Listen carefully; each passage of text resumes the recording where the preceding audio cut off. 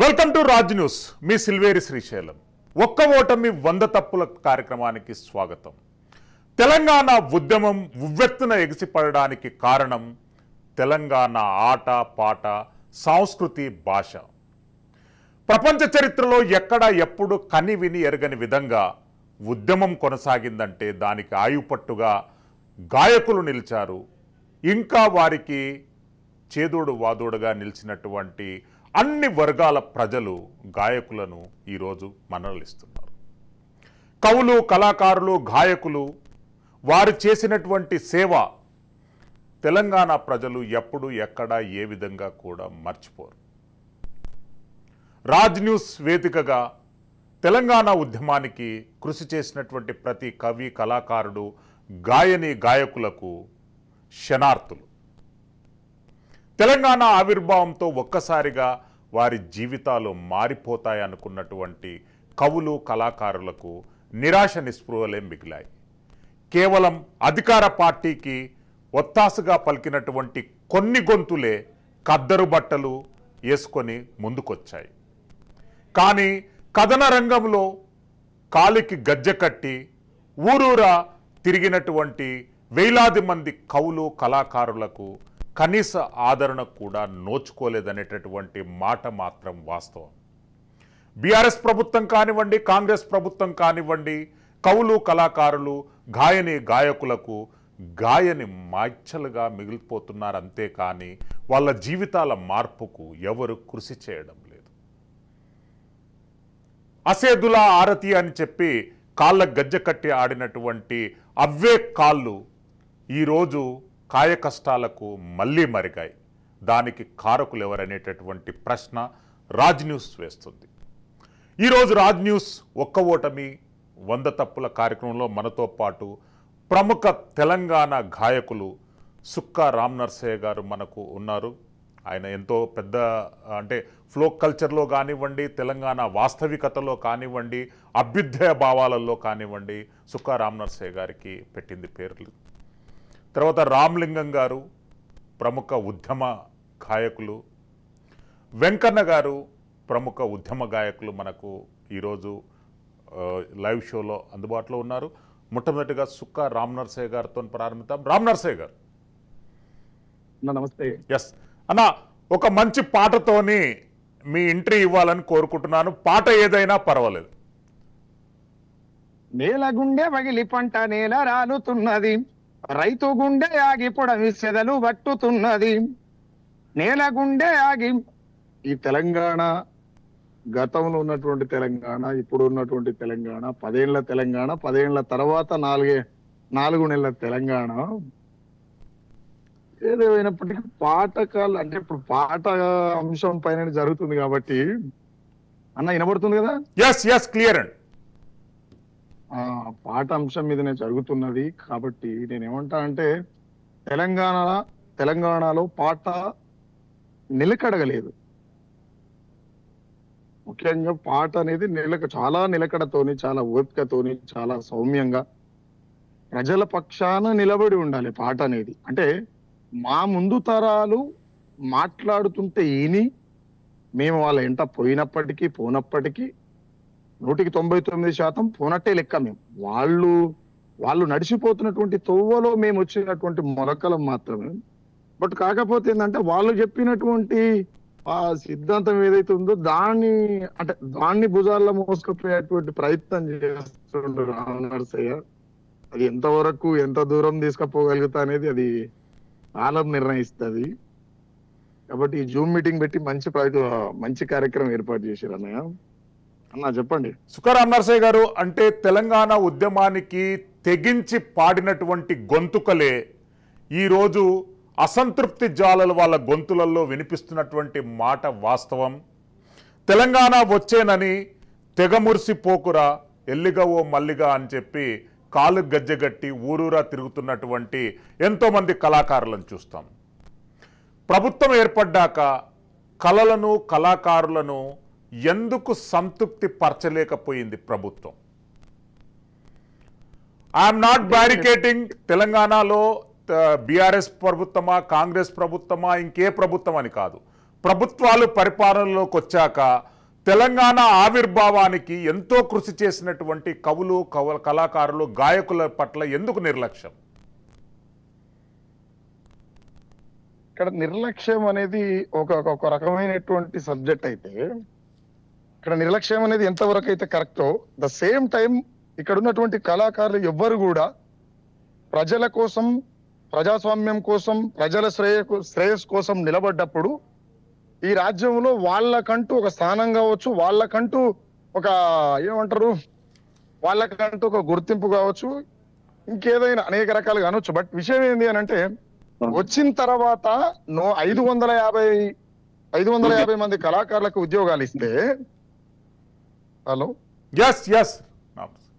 550 మంది కళాకారులకు ఉద్యోగాలు ఇస్తే 550 మంది కళాకారులు ఏ ఒక్క రోజు కూడా తనతో పాటు నడిచినటువంటి గాయకుడు కావచ్చు, రచయిత కావచ్చు, వచన కవిత్వాలు రాసినటువంటి కావచ్చు, తెలంగాణ ఉద్యమ నేపథ్యాన్ని చెప్పినటువంటి ఉద్యమకారులు కావచ్చు, జైళ్లలో ఉన్నటువంటి ఉద్యమకారులు కావచ్చు, రాజకీయ నాయకులు కావచ్చు, ఎవ్రీథింగ్ ఎవరైనా కావచ్చు, ఈ 550 మంది కళాకారులని ఒక గిరి గీసి ఒక గొర్రెలాగా ఆయన కట్టు బానిసలుగా చేసుకొని 10 ఏళ్ల పరిపాలన కొనసాగించిండు.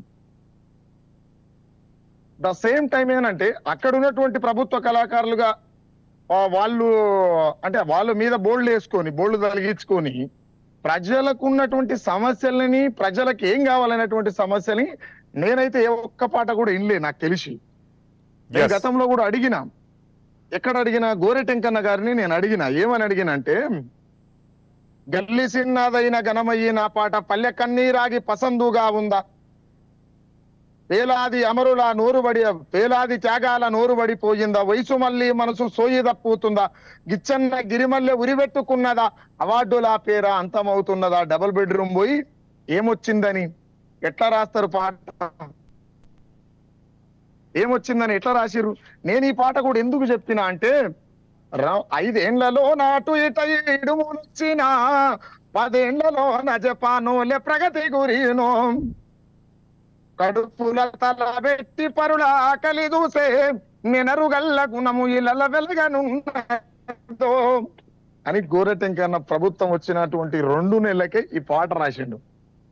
నేను అడిగిన ఆ రోజు, అన్న ఇది ఎట్లా, మీరు ఎట్లా దాన్ని పాయింట్అవుట్ చేసి, మీరు ఎట్లా పాట అంటే ప్రజలకు వాగ్దానం చేయడం కదా, మీరు ఎట్లా దాన్ని జనాలకు అట్లా చెప్తారు, జరుగుతుందా జరగదా అని చెప్పకపోడు, ఏమంటారు చూడు, బతకలేక రామశేఖర జోస్యాలు చెప్పినట్టు కళాకారులం కదా మనం జ్యోతిష్యాలు చెప్పేటోళ్ళం కాదు కదా అని చెప్పి నేను ఆ రోజు అంటే కూడా, ఏమంటారు ఆ సారథిలో ఉన్నోళ్ళు కావచ్చు, బయట ఉన్నటువంటి మేధావి కళాకారులు కావచ్చు, మేధావులు కావచ్చు, రామ్ నరసయ్య నువ్వు ఎట్లా ఇట్లా అంటావు అంటే, ఇవాళ అది వాస్తవ కథ ఏందో చూస్తున్నాం మనకు క్లియర్ గా.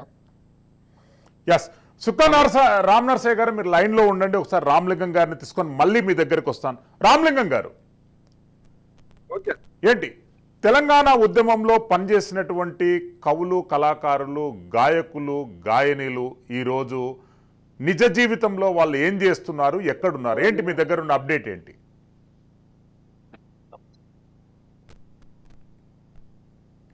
మీ సిస్టమ్ మ్యూట్. రామలింగం చెప్పండి. అందరికి కూడా తెలంగాణ ఉద్యమ వందనాలు. 2006 నుంచి మేము ఉస్మానియా యూనివర్సిటీలో చదువుకున్నప్పటి నుంచి పోరాటం చేసినామన్నా. నేను చదువుకునేటప్పుడు తెలంగాణ ఫస్ట్ ప్రోగ్రాము మన రాజారాం యాదవ్ తెలంగాణ విద్యార్థి వేదిక అని ఉస్మానియా ఆర్ట్స్ కాలేజ్ ఎక్కడ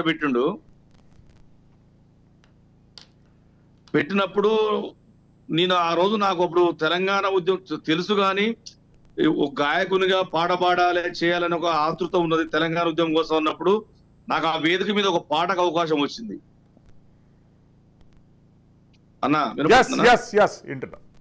ఆ రోజు నేను పాట పాడినప్పుడు నా వెనకాల గోషికొంగడి వచ్చి డాన్స్ చేసినోడు రసమే బాలకృష్ణ. నేను పాట పాడినప్పుడు నేను ఆ రోజు రామలింగం గారు మీరు ఆ రోజు పాడిన పాట ఒకసారి పాడండి ప్లీజ్. ఏం పాట పాడినారు? కోయిలాల కోయిలమ్మో కోయిలాల కోయిలమ్మ మన తెలంగాణ పల్లెలను చూద్దాము రారే కోయిలాల కోయిలమ్మ గురక తంగేడు పూల బతుకమ్మలే పేర్చి అక్కాలంత బతుకమ్మలాడినారే అక్కాలంత బతుకమ్మలాడినారే.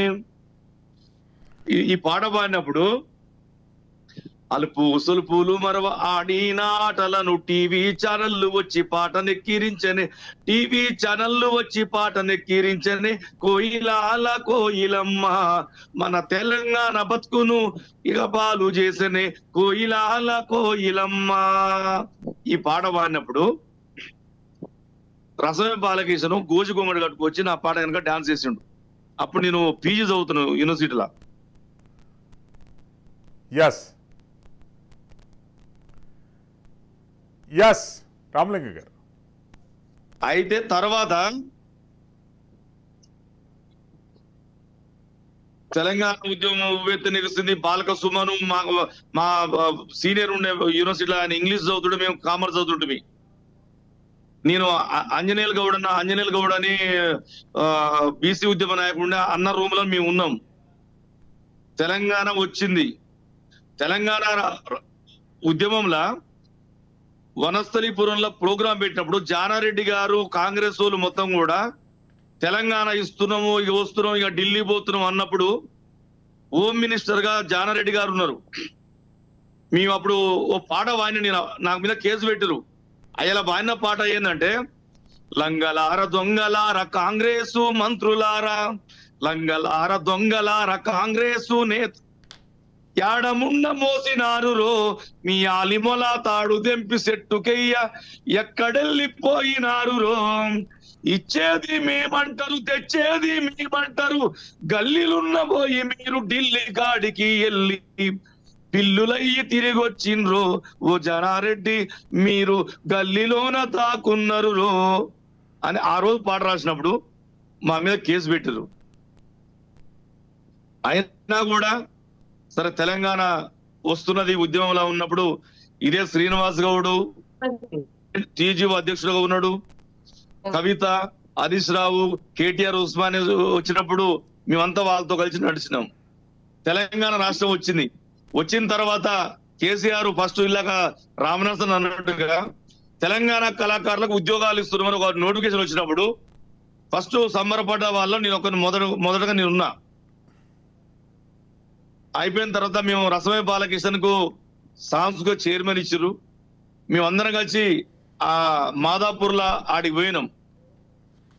పోయినప్పుడు రసమే బాలకృష్ణ అన్నమాట ఫస్ట్ ఒకటే, తమ్మి మీరు ఉద్యమం ఏడ చేసిర్రో ఆ పేపర్ కటింగ్లు మొత్తం ఇంకా ఫోటోలు మొత్తం పట్టుకున్నాడు తమ్మి అన్నాడు. అయ్యాల మాకు ప్రోగ్రామ్ చేసుడు తప్ప గాడ ఫోటో ఓడి తీసిండు, గా పేపర్ల బొమ్మ ఓడేసిండు, మాకు ఫోటోలు తిప్పేది ఓడో మాకు ఏం తెలియదు అన్న, మాకు ఏం తెలియదు అన్న. మరి ఎన్ని తీసుకురంటే మరి నేను ఏడబోయి తీసుకురావాలని మేము ఎక్కడ పోవాలా అన్నప్పుడు ఆయన అన్న మాట ఏంటంటే, కేసీఆర్ కేటీఆర్ కాక ఏ విధంగా దొరతనం ఉన్నదో వనసు రసమే బాలకృష్ణ ఎమ్మెల్యే అయ్యి రసమే బాలకృష్ణ చైర్మన్ ఇచ్చిన తర్వాత నేను ఆయన ఛాంబర్ పోతే ఒక సెక్రటరియట్ల సిఎస్ చీఫ్ సెక్రటరీ ఛాంబర్ ఎట్లా ఉంటుందో అట్లా ఉన్నది రసమే బాలకృష్ణ ఛాంబర్. ఒక మంచి ఏసీ బెడ్ మొత్తం ఒక హైఫై ఉన్నాక మాకు అర్థమైంది విషయం. ఈయన చిన్న నథింగ్ బట్ కేసీఆర్ ఒక దొర, ఈయన చిన్న దొర అయిపోయాడు అనుకొని మేము ఆ రోజు డిసైడ్ అయినాం అన్న. ఒక వారం రోజులు తిరిగినాం. అన్న తర్వాత ఎవరెవరికో ఇచ్చిండు. మేము అనుకున్నాం అరే జాబ్ గవర్నమెంట్ జాబ్ కాదు, మా కాడ ఆ రోజు పట్టిన విషయం ఏంటంటే తెలంగాణ ఉద్యమం కోసం కొట్లానే కదా, మాకు ఆ రికగ్నైజ్ వస్తుందన్న విషయం తప్పిస్తే ఆయన ఇచ్చే 24,000 కోసము, ఆయన ఇచ్చే 10,000 రూపాయల కోసం అనేది మేము వాడికి పోలే. మాకు కూడా తెలంగాణ ఉద్యమంలో పాల్పంచుకున్నవాడి మాకు ఆ గౌరవం దక్కాలనే కాన్సెప్ట్ ఆడిపోతే మమ్మల్ని చిన్న పురుగు లెక్క చూసిండు. ఆయన పక్కనైతే ఎవరున్నారు, కొంతమంది ఉన్నారు. నేను చూసిన అమ్మాయిలు, కొంతమంది అమ్మాయిలు వాళ్ళు మాకు తెలంగాణ ఎన్నడూ అవ్వలే, ఏ రోజు అవ్వలే, సినిమా డాన్సర్లు ఎన్నడూ అవ్వలే. కానీ తెలంగాణ ఉద్యమంలో గోచుకోమడించుకుని ఇరికించుకున్న మా చెల్లెలేమో బయట ఉన్నారు, రంగురంగు డ్రెస్సులు వేసుకున్న మొత్తం రసమే బాలకృష్ణ అల్ల ఉన్నారు. మాకు అప్పుడే అనిపించింది అమ్మ ఇది ఇది ఇది కాదు విషయం అని చెప్పేసి మీ బయటకు. రామలింగం గారు మళ్ళీ వస్తాను మీ దగ్గరికి, మీరు కొద్దిగా స్టాండ్ బై లో ఒక దగ్గర ఉండండి, నేను మళ్ళీ మిమ్మల్ని తీసుకుంటాను. సుక్క రామనరసింహ గారు, మీరు అంటే గత 11 సంవత్సరాల నుండి మీరు చేసినటువంటి వీడియోలు కానివ్వండి ప్రతిదీ చూస్తున్నాను. ప్రతి చోట కూడా మీరు ధిక్కార స్వరాన్ని మీరు వినిపిస్తున్నారు. బీఆర్ఎస్ పరిపాలనలో కవులు కళాకారులు గాయకులకు ప్రాధాన్యత లేదు అంటని చెప్పి మొట్టమొదటిసారిగా పాట రూపంలో రూపొందించింది మీరే. అసలుకు ఆ ఆలోచన ఎందుకు వచ్చింది, మీకు ఎందుకు అట్లా అనిపించింది? మీరు మ్యూట్లో ఉన్నది అన్మ్యూట్ చేసి ఒక పాటతోని అవన్నీ మళ్ళీ గుర్తు చేయండి ప్లీజ్. ఎస్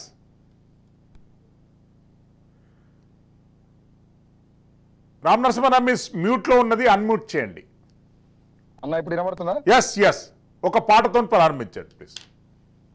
అయితే నేను ఆ పాట ఎందుకు రాసిన అంటే అన్న, తెలంగాణ ఉద్యమములో అనేక మంది, వేలాది మంది కవులు గాయకులు, చిన్న చిన్నోళ్ళు కవులు గాయకులు, నేనే చిన్నోళ్ళు అంటే నాకంటే చిన్నోళ్ళు కూడా తెలంగాణలో ఒక పేజ్ వస్తుండే తెలంగాణ గానం అని చెప్పి ప్రతి ఒక్కరు పాట రాసి పెట్టేది. ఆ డప్పు కొట్టేటోళ్ళు కావచ్చు, ఎగిరే అక్క చెల్లెళ్ళు కావచ్చు, పాడే అన్నలు కావచ్చు, రాసే మేధావులు కావచ్చు, విద్యార్థులు కావచ్చు, నిరుద్యోగులు కావచ్చు, ఇట్లా అనేక సకల జనం. ఈ ఉద్యమంలో ఇన్ని వేల గొంతులు, ఇన్ని వేల చేతులు, ఇన్ని వేల కాళ్ళు, ఇన్ని వేల నినాదాలు పనిచేసినప్పుడు తెలంగాణ వచ్చిన తర్వాత ఈ కవులంతా ఎక్కడ పోయి, ఇక్కడ ఎవరు కూడా జాబ్ చేసిన వాళ్ళు ఎవరు కూడా కళాకారులని నేను అనుకుంటలేను. ఎందుకు అంటే వాళ్ళు ప్రభుత్వం కోసం, ప్రభుత్వం వాళ్ళకి సపరేట్ గా ఈ ప్రజలకు తెలియకుండా ప్రజల సంపదని వాళ్ళ కోసం, అంటే వాళ్ళు చేసేటువంటి తప్పిదాలను వెంకన్న హలో కంటిన్యూ అండి. Hello yes Sukharam Narasimha continue please. అయితే వాళ్ళు ప్రభుత్వం చేసేటువంటి పని విధానాలని, వాళ్ళ తప్పిదాలని కప్పిపుచ్చుకోవడం కోసం ఒక 550 మంది ఆ కళాకారులు అనేటువంటి వీధి కళాకారులను తీసుకొచ్చి అక్కడ పెట్టుకున్నారు వాళ్ళు. బట్ వాళ్ళు ప్రజల కోసం ఏ ఒక్క రోజు పాట పాడలేదు. నాకు తెలిసి వాళ్ళని ఎవరిని కూడా నేను అంటే నా వ్యక్తిగత అభిప్రాయం చెప్తున్నా, కళాకారులు అంటే అసలు ఒప్పుకోను. ఎందుకు ఒప్పుకోనంటే వాస్తవం లాగానే ఉండాలి. నువ్వు ప్రజల కోసం పనిచేసినప్పుడు నేను కళాకారుడు అనొచ్చు, తప్పులేదు. నువ్వు ప్రజల కోసం నువ్వు ఒక అక్షరం రాయి, తప్పులేదు. కానీ నువ్వు ఏ ఒక్క రోజు 10 సంవత్సరాల కాలంలో ఆ జాబులో పనిచేసినటువంటి బిడ్డలు మందేం కాదు మా బిడ్డలే, కానీ ఆత్మగౌరవాన్ని మరిచిపోయి కాళ్ళు మొక్కేటందుకే నేను ముందు మొక్కుతా అని చెప్పి ఒకరికొకడు తారాసపడి ఒకరికొకడు పీక్లాడుకున్నటువంటి కళాకారులే అలా పనిచేసారు. నేను ఆ టైంలో పాట అంటే పక్కలేయడం కాదురా నాయన, పాట అంటే ప్రశ్నించడం అని నా ముందు తరపు కళాకారులు చెప్పినటువంటి మాటను తీసుకొని ఒకసారి పాట పాడండి ప్లీజ్. ఆ పాటను రిపీట్ చేయండి ప్లీజ్. ప్రశ్నించే తత్వాన్ని సంపుకొని పాటమ్మ ఊరేగుతున్నావు, దొంగ నేతల కాడ వంగి దండం పెట్టి ఎడక తింటున్నావు, మతిగతి తప్పేనా స్వరము శృతి తప్పేనా, రాజకీయ వ్యభిచార రొంపిలో పడ్డావు, ఎందుకే పాటమ్మ ఏలనవుతున్నావు, రణము పాటకు నిప్పు రాజేసిన పాట వేలాది అమరుల త్యాగాల సంపద, తనివి తీరాది నీ తల్లి రొమ్మును గుద్ది పండు తాగై పాట రోకు దప్పిపాయి, గల్లి చిన్నదైన ఘనమైన పాట పల్లె కన్నీరాగి పసందుగా ఉందా, వేలాది కవితల నోరు పడిపోయిందా, వయసు మళ్ళీ మనసు సోయి తప్పుతుందా, గిచ్చన్న గిరి వల్ల ఉరి పెట్టుకున్నదా, అవార్డుల పేరాంతమవుతున్నదా, ఎవని పాలాయనని బల మంచిగా దిగిన పాటమ్మ మల్ల వైద్యుల కాడ చేరిను, ఓటంటే తెల్లని కాగితం కాదని నోట్లు వంచేదురల కొత్త సువలికిను, తల్లి నీరు ఓడి నిండా త్యాగాల మూటేది, అది రాజకీయ రంపై ఆట ఆడుతున్నది, ఓయమ్మ తెలంగాణ పల్లె పాట నాడు లింగమని నమ్మితే లంగాలని. అంటే ఈ కంటెంట్ లో నాకు అంటే బాధ అనిపించి, ఇప్పుడు వ్యక్తిగతంగా ఎవరితో పంచాడదు, వ్యక్తిగతంగా ఎవరికి పంచాయి ఉండదు, వ్యక్తిగతమైనటువంటి సబ్జెక్టే లేదు. ఇది ప్రజాస్వామ్యంలో ప్రజలతో మమేకమైనటువంటి గొంతులు ప్రజల పక్షాన వాదిస్తాయి కాబట్టి అందులో భాగంగా ఈ పాట రాసిన అన్న. Yes very good. Ram Narasimha garu, మళ్ళీ ఇంకొకసారి మీ దగ్గరకు వస్తాను. మనతో పాటు ఒక సింగర్ ఉన్నారు, స్థానికంగా పనిచేసే వెంకన్న గారు ఉన్నారు. వెంకన్న గారు ఎట్లా స్పందిస్తారండి ప్రస్తుతం ఉన్నటువంటి సింగర్ల జీవన విధానం పైన? మీరు ఎట్లా స్పందిస్తారు? నమస్తే. నమస్తే వెంకన్న గారు. ఉద్యమంలో ఎస్ ఆట పాటతో తన బతుకులు మారతాయని, తమ బాధలు తీరుతాయని వేల మంది కళాకారులు తెలంగాణ ఉద్యమంలో గజ్జగట్టి గొంగడేసి పాట పాడి ఆటలాడినటువంటి నిద్ర ఆరాల్మానటువంటి అనేక మంది కళాకారులు కవులు ఎంతో కృషి చేసి తెలంగాణ సాధించిన తర్వాత ఏదో కొద్ది మందికి ఒక వాళ్లకు చిన్నపాటి వృత్తిని కల్పించి మిగతా వాళ్ళను వదిలేసినటువంటి కేసీఆర్ ప్రభుత్వం అనేక మంది వాళ్ళ కళాకారులు వీధున పడ్డారు. అందశ్రీ లాంటి కవిని గుర్తించినటువంటి స్థితి ఈ కేసీఆర్ ప్రభుత్వం చేసింది. ఆ రోజు పాట ఆటతోటి అధికారంలోకి వచ్చినటువంటి విషయాన్ని కూడా టిఆర్ఎస్ ప్రభుత్వం మర్చిపోయింది. గత 8 సంవత్సరాలు కూడా కళాకారులు తమకు ఉద్యోగాలు తమ వృత్తి కల్పించాలని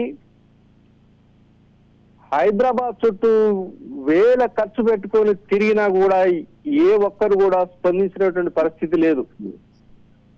ఉద్యమాలు జరిగిన కళాకారులు, నిరుద్యోగ కళాకారులు అనేక టీవీలలో కూడా ప్రదర్శనలు ఇచ్చారు. కళాకారులు తమ గోడును వినిపించుకున్నారు. కానీ ఎవ్వడూ పట్టించుకోలేదు.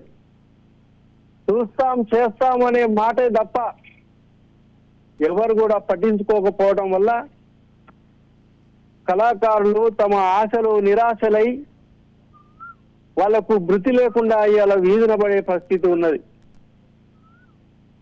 అట్లాంటి పరిస్థితుల్లో కేసీఆర్ ప్రభుత్వము ఏ కొద్ది మందికో కొంతమంది గోరేటి వెంకన్న లాంటి వాళ్ళకు ఒక స్థానాన్ని కల్పించింది. అందశ్రీ లాంటి ఒక గొప్ప కవిని విస్మరించింది.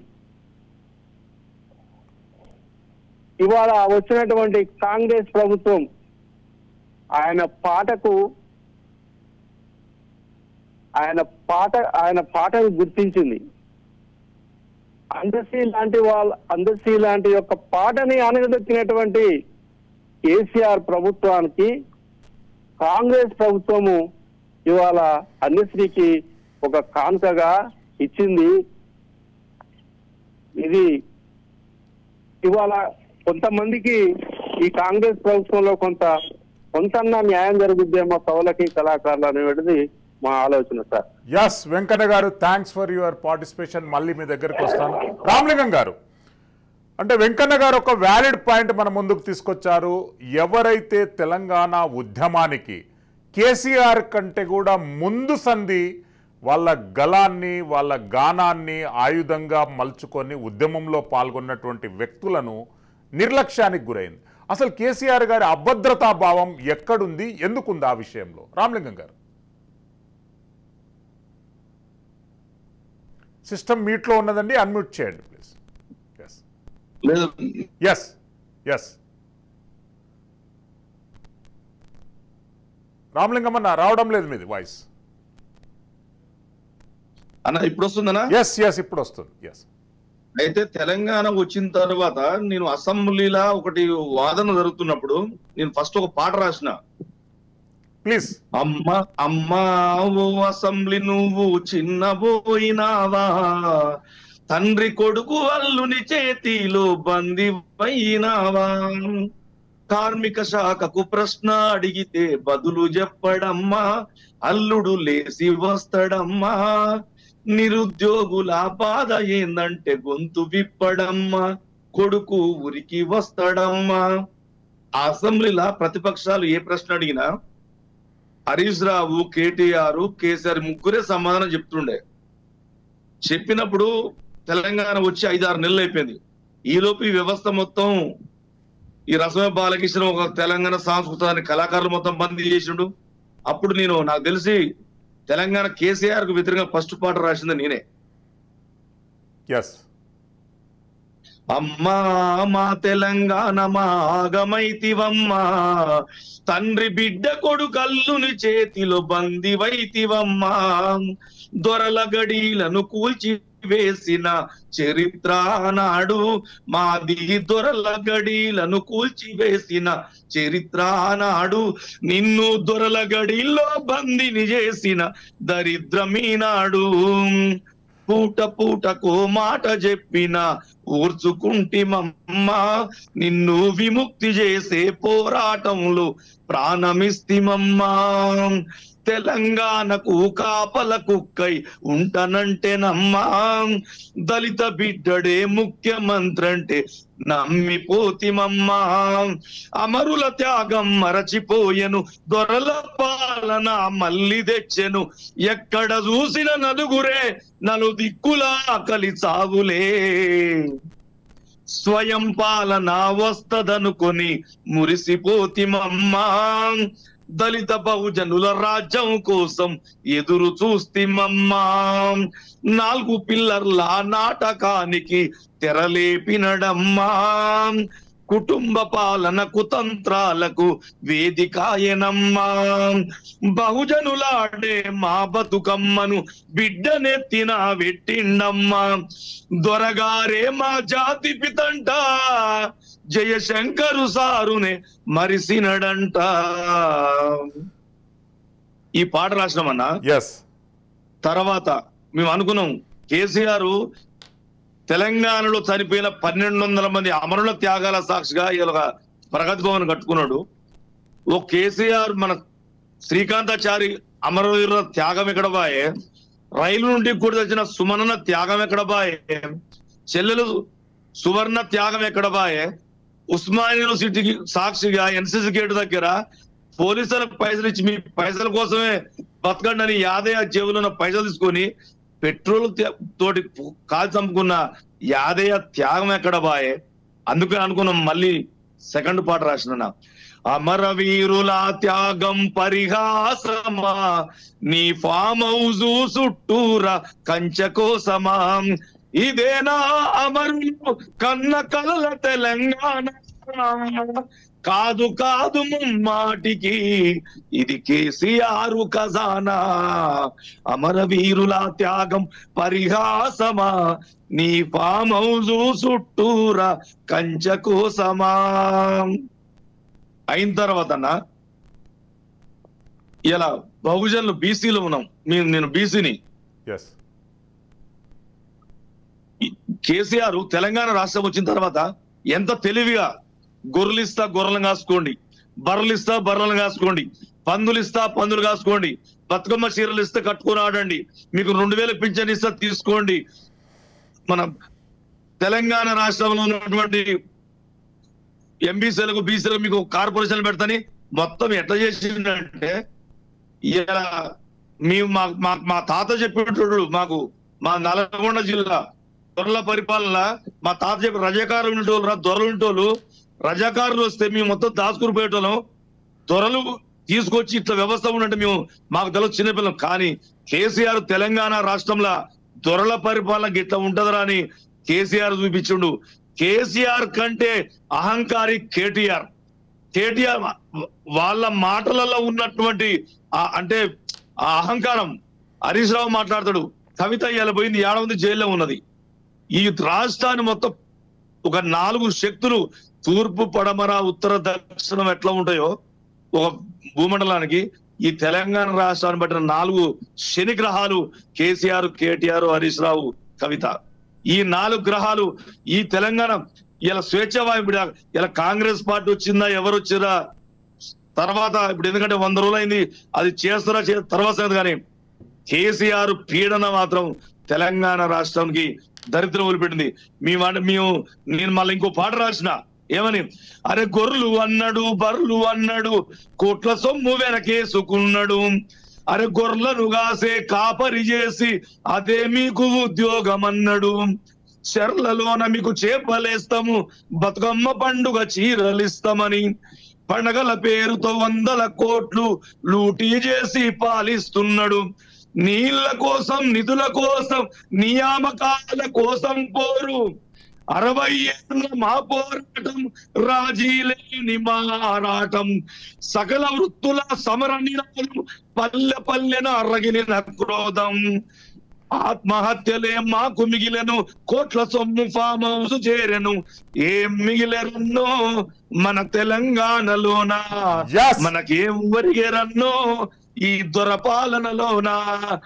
రామలింగం గారు మళ్ళీ వస్తాను మీ దగ్గరికి. సుక్క రామనరసయ్య గారు, మీరు రాసినటువంటి ఒక పాట, మీరు పాడినటువంటి పాట పర్టికులర్గా గద్దార్ గారి మనోగతాన్ని ఆవిష్కరించాలని ప్రయత్నం చేశారు.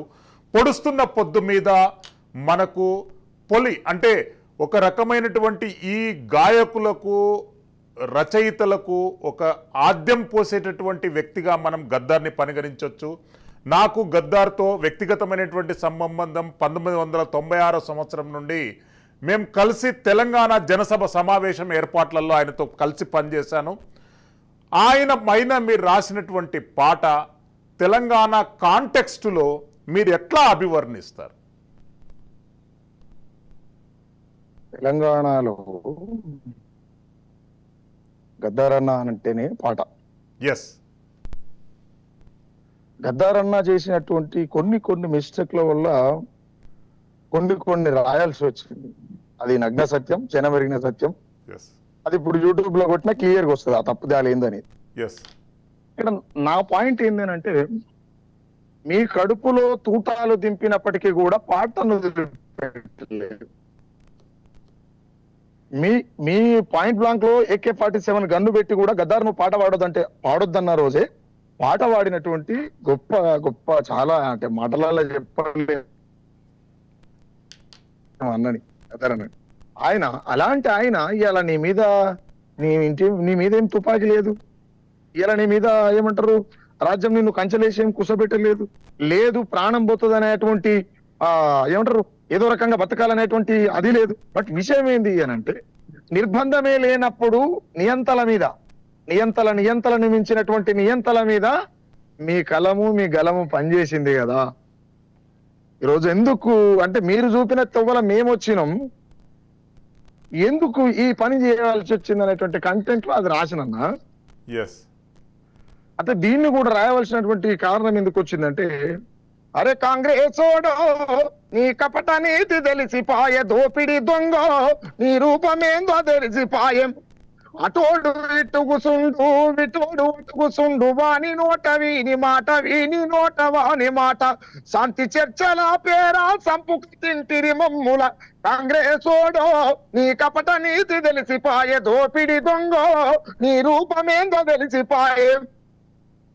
జానారెడ్డి ఎవరు హోంశాఖ మంత్రి ఉన్నప్పుడు శాంతి చర్చలకు రమ్మని పిలిచి, హోం మంత్రి గారు మీరు శాంతి పావురం కుతిక విసికి తిరి ముఖ్యమంత్రి గారు. ఈ పరమైనటువంటి విప్లవోద్యమ సాహిత్యాన్ని రాసినటువంటి జననాట్య మండలి ఏమంటారు పెద్దన్న, జననాట్య మండలికి పెద్దన్న గద్దారన్న. ఆ గద్దారన్న అదే కాంగ్రెస్ పార్టీ కోసం ఏమంటారు కేఏపాల్ పార్టీ కోసం అనేక కేసీఆర్ పాలన అధ్యక్షుడు అని చెప్పి పొగడడం, ఇట్లా అనేకమైనటువంటి చిన్న మిస్టేక్లు చేసినప్పుడు, అరే వీళ్ళు చెప్పిన మాటలు వీళ్ళన్నా మేము వచ్చినాం కదా, అసలు రేపు మేమేటి పోవాలి, అసలు పాట అంటేనే ప్రశ్న అని చెప్పిందే వీళ్ళు కదా. మనసుకు బాధ అయి రాసిన, అన్నేదో విమర్శించాలని కాదు, జనాలకు వాస్తవం తెలవాలి కాబట్టి. అంటే కేసీఆర్ గారు గద్దార్ గారికి అపాయింట్మెంట్ ఇవ్వడం, ఆయనతో కలవకపోవడం, ఆయనను పట్టించుకోకపోవడం పైన కూడా మళ్ళీ ఇంకొక పాట మీరు రాశారు. దాన్ని ఎట్లా మీరు ప్రొటెక్ట్ చేస్తారు? అంటే నేనేమంటానా, తెలంగాణ ఉద్యమం స్టార్ట్ కాకముందుకు అయ్యే ముందుకు కేసీఆర్ కు తర్వాత గద్దారన్న గారికి చాలా ఏమంటారు మంచి ఫ్రెండ్స్ వాళ్ళు. చాలా మందికి తెలియదు ఈ విషయం, చెప్పాలి కాబట్టి చెప్తున్నా. భూపాలపల్లిలో ఒకే స్టేజ్ మీద కూర్చున్నామండి కేసీఆర్ గారు గద్దార్ గారు. అంటే ఈ ఉద్యమం స్టార్ట్ కాకముందు, తెలంగాణ ఉద్యమం స్టార్ట్ కాకముందు కాదు, తెలంగాణ ఉద్యమంలో కేసీఆర్ లేనప్పుడే, తెలంగాణ ఉద్యమంలో కేసీఆర్ లేనప్పుడే గద్దారన్నకు కల్వకుంట్ల చంద్రశేఖరరావుకు మంచి సోపతి ఉన్నదన్న. అయితే ఆ క్రమంలో ఆయన అధికార మదమెక్కి ఆ కండ్ల పొగరు అర్థం కాక గద్దారన్న లాంటి వాళ్ళకి అపాయింట్మెంట్ ఇవ్వకపోవడం దుర్మార్గమైనటువంటి చర్య. ఎందుకంటే ఆయన జీవితం అంతా పాటే, ఆయన అనువనువున ఆయన ఎక్కడ చూసినా పాటే.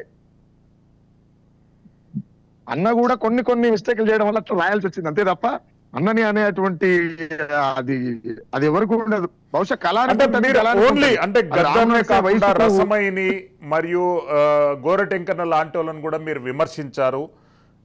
రసమయ్యి గోరటెంకన్న ఏ ఊరి సోమన్న లాంటి వాళ్ళ నుండి మీకు ఎలాంటి స్పందన వచ్చింది? అంటే నేనేం చాలా సార్లు వాళ్ళు ఫోన్ చేసి రకరకాలుగా అదేంది ఇదేందని అంటుంటారు. నేను అదేం పట్టించుకోను. వాస్తవం చెప్పాలనుకున్నప్పుడు నిందలేస్తారు, అవసరమైతే నిలువునిస్తారంగా చీరేస్తారు కూడా. ఎందుకంటే రాజ్యం బలమైంది, రాజ్యానికి వీళ్ళు ఉంపుడు గత్తెరు కాబట్టి వీళ్ళు చెప్తే రాజ్యం వింటది, రాజ్యం చెప్తే వీళ్ళు వింటారు కాబట్టి మనకేమైనా జరగవచ్చు, జరిగినా మనకేమి ఇబ్బంది లేదు. కాకపోతే విషయం ఏంటంటే రసమై బాలకిషన్ మీద కూడా మనం వల్ల రాయడానికి గల కారణం ఏంటంటే వరంగల్ సీనన్న ఓయమ్మ తెలంగాణ పల్లె ఆనాడు ఎందుకింత చిన్న బాయ్ అనేటువంటి కంటెంట్ ఆ పాట రాసిన తర్వాతనే రసమయ్య అంటే ఎవరో ఈ తెలంగాణ ప్రజలకు తెలుసు. ఇప్పుడు మన జూమ్ మీటింగ్ లో ఉన్నటువంటి అన్న కావచ్చు, రామలింగ అన్న కావచ్చు, చాలా మందికి తెలిసి ఈ విషయం యావత్ తెలంగాణకు తెలుసు. కాకపోతే వరంగల్ సీనన్న రాసిండని ఎక్కడ కూడా రసమయ్య అన్న చెప్పలే. ద సేమ్ టైం ఏమనంటే తెలంగాణ ఉద్యమకారులని ఎంత మేరకు ఆ సాంస్కృతిక సారథిలో ఉన్నారు, జబర్దస్తులో పనిచేసేటువంటి తెలంగాణ ఉద్యమానికి సంబంధమే లేకుండా పనులు చేసినటువంటి వాళ్ళ సినిమా వాళ్ళకి కావచ్చు, జబర్దస్తులో పనిచేసే వాళ్ళకి కావచ్చు, కామెడియన్లకు కావచ్చు, వాళ్ళ అవసరాలు తీర్చేటువంటి వాళ్ళకి కావచ్చు, జాబులు ఇచ్చి అక్కడ ఉన్నటువంటి కళాకారులని ఈయన ఏమంటారు చూడు, మొన్న ఎవరు తెలంగాణ రెండో ముఖ్యమంత్రి అయినటువంటి రెడ్డి ముఖ్యమంత్రి యనమల రేవంత్ రెడ్డి అంటారు కదా, నేను గుంపు మేస్త్రి పాత్ర అన్నట్టు ఆ రోజు కూడా రసమై బాలకృష్ణ అన్న గుంపు మేస్త్రి పాత్ర పోషించి ఆయన కింద ఉన్నటువంటి వాళ్ళని జీతగాళ్ళ అని చెప్పి జీతాలకు ఇబ్బంది పెట్టి రకరకాల ఇబ్బందులు పెట్టి ఈ జిల్లాలో ఉన్నోని ఆ జిల్లాలేసి, ఆ జిల్లాలో ఉన్నోని ఈ జిల్లాలేసి అనేకమైనటువంటి సమస్యలకు గురి చేసినటువంటి సందర్భం. అందులో పనిచేస్తున్నటువంటి కళాకారులు మన కాడికి వచ్చి మొరపెట్టుకోవడం, అందులో భాగంగా రసమయ్య మీద రాసినాం.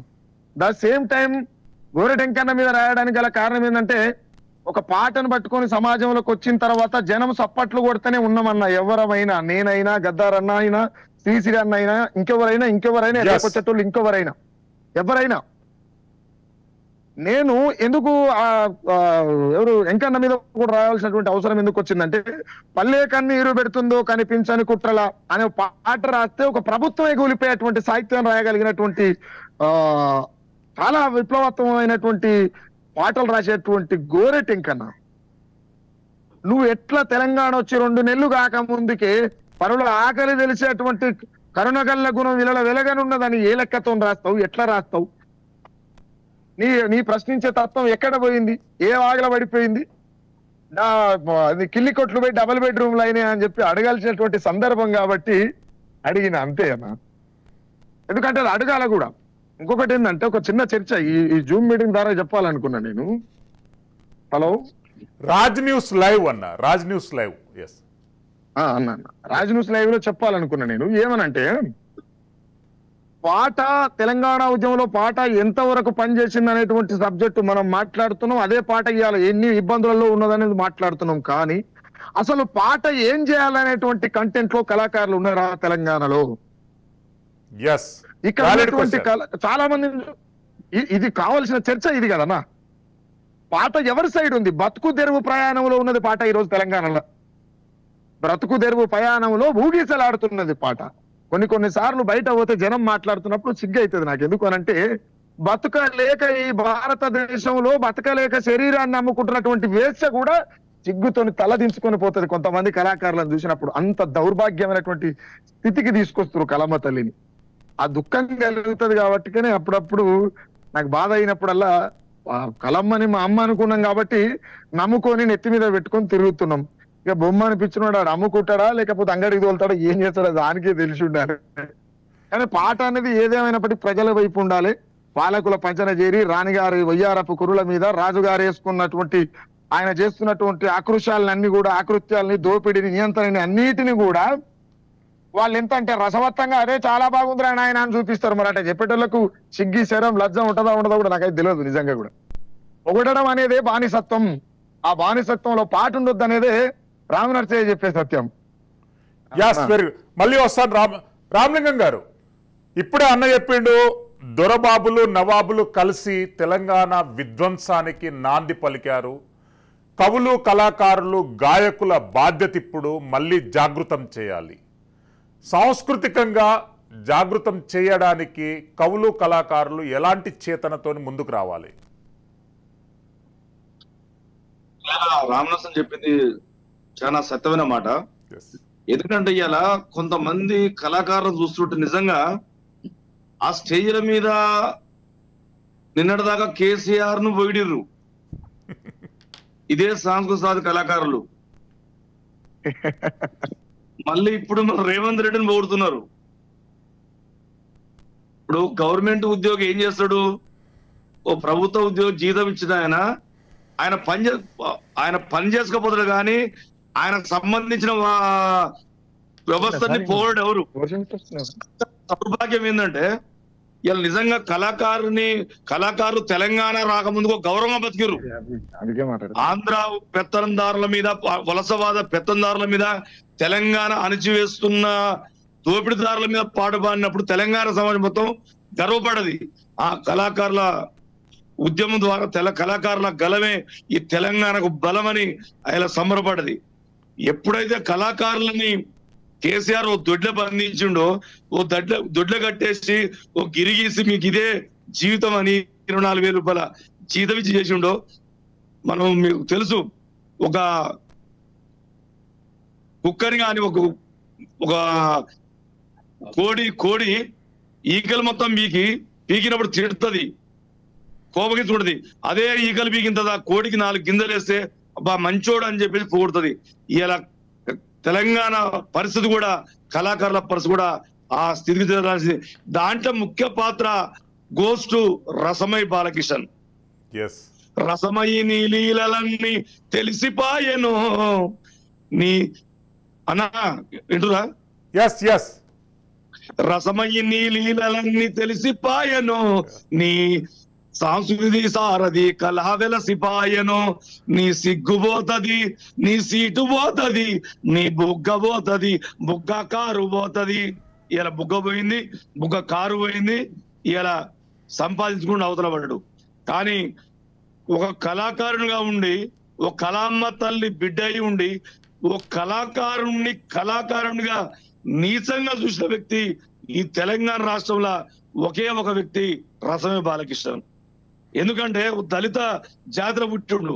చాలాసార్లు చెప్పేటోడు, మేము పాట పాడుతుంటే వేదికకి పాడుతుడు, ఆగడాలా గడీలా దినగండపు ఏలు బడిలా మెడలు వంచి దొరమేన పదిలంగా మోయువేళ పద పద పద బిర బిర బిర నడు నడు నడు పద పద పద పద అంటూ మస్తకం శ్రమిస్తూ ఓహం ఓం ఓహం ఓం ఓహం ఓం ఓహం ఓహం అను ఆయాసమే అయినది రాజా అన్న పదం టప టప టప టప టప టప చెమట బొట్లు తాళాలై పడుతుంటే కరిగి కండరాల నరాలే స్వరాలు కడుతుంటే పాట పనితో పాటే పుట్టింది, పని పాటతోటే జత కట్టింది. ఈ పాట పాడినప్పుడు తెలంగాణ ఉద్యమంలో ఇందిరా ప్రియదర్శన ఆడిటోరియంలో ఎన్ఆర్ఐలు మీటింగ్ పెడితే వాళ్ళు ఇచ్చిన అమౌంట్ అక్షరాల 20 లక్షల రూపాయలు. గొంగడి పట్టిండు, మేము తెలంగాణ కోసం పాట పాడుతున్నాం, కడుపులో పేగులు బయటికి పాట పాడుతున్నాం, మా గొంతులంగా రక్తం కాడుతున్న పాట పాడుతున్నాం, తెలంగాణ కోసం పాట పాడుతున్నాయి. ఆ గొంగడి దాపితే ఆ రోజు అక్షరాల 20 లక్షల రూపాయలు. మా వెనక ఆట ఆడిన చెల్లెలు గొంగడి కట్టుకొని గోసి పెట్టుకొని ఎగిరిన చెల్లెలకు ఇచ్చిన పేమెంట్ 500 రూపాయలు. అంటే ఎంత నీచంగా చూసినట్టే. ఇదే విషయం గెలిచిన తర్వాత కేసీఆర్ కూడా అదే అనుకున్నాడు. గయల బతుకమ్మ దొరగడిల ముందల బతుకమ్మలు ఆడిచ్చినాం, బట్టలు లేకుండా ఆడిచ్చినాం. ఇలా తెలంగాణ సమాజం అంటే ఓల్రా మేమే, మా కుటుంబమే తెలంగాణ. మీరు ఇస్తే పాట పాడి ఇలా సుఖరామన్ ఒక మాట అన్నాడు, ప్రశ్నించే తత్వాన్ని సంపుకొని పాటమ్మ ఊరేగుతున్నామని. నేను ఒక పాట పాడినా, మీ అందరు తెలుసుంటది. గోవింద గోవింద కేసీఆర్ గోవింద, గోవింద గోవింద ప్రగతి భవన్ గోవింద, గోవింద గోవింద కారు గుర్తు గోవింద, గోవింద గోవింద ఈ తెలంగాణ రాష్ట్రంలో కల్వకుంట్ల పాలన గోవింద. సుఖరామనరసింహ గారు కన్క్లూజన్ పాయింట్ చెప్పండి. తెలంగాణ ఉద్యమంలో గజ్జ కట్టినటువంటి ప్రతి కళాకారునికి న్యాయం జరగాలంటనంటే ప్రభుత్వాలు ఏం చేయాలి, గాయకులు ఏం చేయాలి, వ్యవస్థలు ఏం చేయాలి? ముఖ్యంగా కళాకారులు అనేటోళ్ళు ప్రజల పక్షాన నిలబడి పాట పాడినప్పుడు ప్రభుత్వం వరకు కాస్తో కూస్తో సురుకు తగిలినట్టు ఉంటది. ప్రస్తుతం కళాకారులు ప్రజల కోసం పాట పాడి, తెలంగాణ రాష్ట్రం కోసం పాట పాడి, తెలంగాణ రాష్ట్రం కోసం లాఠీ దెబ్బలు తినుకుంటూ కూడా పాటలు పాడినటువంటి అన్నలు ఉద్యమంలో ఇంటికి పోలేని పరిస్థితులు, తెలంగాణ ఉద్యమాల ధూమ్ధాంల వరబడిలో ఆడబిడ్డలకు మంతొస్తే కూడా ఆ మంతునే గంతేసుకుంటా గొంతేసి సమస్యలతో కూడుకున్నటువంటి జీవితాన్ని గడుపుతున్నారు మా ఆడబిడ్డ కళ. ఏం చెప్తాంటే అన్న, కళాకారులు ప్రజా కళాకారులుగా ఉన్నంత సేపు వాళ్ళు చనిపోయినా వాళ్ళు చిరస్మరణీయంగా వాళ్ళ పేర్లు ఉంటాయి. సరే, కొంచెం ఆర్థికమైనటువంటి క్షోభం ఉంటది, 3 పూటల తిండి తినకపోవచ్చు, ఇంకేమైనా జరగవచ్చు, కానీ పాటలాగా బతుకుంటది. ద సేమ్ టైం పాట ప్రతిపక్షం అయి ఉండాలి ఎప్పుడైనా. అది ఎవరు ఏ పరిపాలన ఉన్నా, ఎక్కడున్నా ప్రతిపక్షమై ఉండాలి. రెండోటి, ఇప్పుడు ప్రభుత్వంలో ఉన్నటువంటి కళాకారులు కూడా ప్రజలకు ఉన్నటువంటి సమస్యలని ప్రభుత్వాలకు చేరవేసేటువంటి ప్రయత్నం చేయాలి. అన్నొచ్చిండు, ఆయన వచ్చిండు, ఈయన వచ్చిండు, ఇబ్రపట్నం మట్టి తల్లి, ఎల్బీనగర్ మట్టి తల్లి, అమెరికా మట్టి తల్లి, నెల్లూరు మట్టి తల్లి అని ఎవరికి పడతానికి జోకుడు పాటలు పాడేటువంటి కళాకారులకు వాళ్ళు జోబి నింపుకుంటారు, బాగానే ఉంటది. ఎందుకు అనంటే కొన్ని సందర్భాలలో అనేక సార్లు నేను చూస్తున్నాయి మధ్యలో ఈ కళాకారుల మధ్యలో కొట్లాటలు, కళాకారుల మధ్యలో వీడు నాదు పాడిండని, ఆడు నాదు పాడిండని కేసులు ఇట్లా రకరకాలు జరుగుతున్నాయి తెలంగాణలో. అవి ఇంకా బయటకు వస్తాయి రేపు అవి బయటకు వచ్చినా రాకుండా నేను పెడతా బయట తీసుకొచ్చి. ఎందుకు అని అంటే తెలంగాణలో పాట ప్రజల పక్షమై నిలబడ్డప్పుడు ప్రభుత్వాలు దిగొస్తాయి. కానీ కాళ్ళు మొక్కటానికే నేనంటే నేను ముందల పోతున్నప్పుడు కళాకారుల పరిస్థితి ఇట్నే ఉంటారు. ముఖ్యంగా కళాకారులు ఐక్యంగా లేరన్న. ఇప్పుడున్నటువంటి కళాకారులు అందరిని అంటలేను, నేను కొందరినే అంటున్నా, కొందరిని అంటున్నా. కొంతమంది కళాకారులు ప్రస్తుతానికి వీధి కళాకారులుగా జీవితం గడుపుతారు. ఎందుకంటే ఆ వీధి కళాకారుల కన్నా కొంచెం ఏమంటారు, ఆత్మగౌరవం ఉంటది. అవి ఇంచోడు కాబట్టి ఆయన చోడు వేస్తాడు పారంగా మీరు ఇంతసేపు పాడించుకుంటుండేవరా అని. కానీ కొంతమంది కళాకారులకు ఆ విజ్ఞత కూడా లేదు, అసలు ఏమనాలనే అర్థం కాదు నాకు. కాబట్టి కళాకారులు ఐక్యంగా ఉంటే ప్రజలు బాగుంటారు, ప్రభుత్వాల తీరు బాగుంటది. కళాకారులకు ఏం కావాలనేటువంటి సందర్భం వచ్చినప్పుడు వీళ్ళు నిలబడితే కదన్నా, ఎవరి కాడు చూగటానికే బాయ్. ఎవరు నిలబడ్డాడు పాట కోసం? ఎవరు నిలబడుతున్నారు? నిలబడేటోళ్ళు ఎవరు? కాబట్టి నేనంట కళాకారులు ఏకం కావాలి. ఏకమైనప్పుడు రాష్ట్రం బాగుంటది, ప్రజలు బాగుంటారు, ప్రభుత్వాన్ని కూడా మనం సింతపరిగా తీసుకొని చక్కటి తోవలో నడిపించవచ్చు. థ్యాంక్ యూ సుక్కా రామనరసింహ గారు, రామలింగం గారు, అదేవిధంగా వెంకట గారికి ధన్యవాదాలు తెలియజేస్తున్నాం. ఏది ఏమైనా కానీ తెలంగాణ మలిదశ తొలిదశ ఉద్యమాలలో ఎంతో కీలకంగా నిలిచినటువంటి గాయకులు, కవులు, కళాకారులు ఈరోజు ఆదరణకు నోచుకోలేకపోతున్నారు. బీఆర్ఎస్ పార్టీ కేవలం వాళ్ళ అనువులెత్తినటువంటి 550 మందికే భృతిని ప్రకటించింది. కానీ ప్రతి పల్లెలో పదుల సంఖ్యలో ఉన్నటువంటి కళాకారుల గుర్తింపు అనేది ఇప్పటి వరకు జరగలేదు. తెలంగాణ ఉద్యమానికి వాళ్ళే అన్ని తానై నడిపినటువంటి ఆ గాయకుడు, ఆ కవి, ఆ కళాకారుడు మళ్ళీ తెలంగాణ అభివృద్ధి పదం వైపు నడపడానికి మీరందరూ పాటలై రావాలి, రాతలై రావాలని చెప్పి రాజ్ న్యూస్ కోరుకుంటుంది. రాజ్ న్యూస్ ఒక ఓటమి 100 తప్పుల కార్యక్రమంలో పాల్గొన్న కవులు, కళాకారులకు, గాయకులకు ధన్యవాదాలు తెలియజేస్తున్నాము. Keep watching Raj news. Silveri Srisailam for Raj news.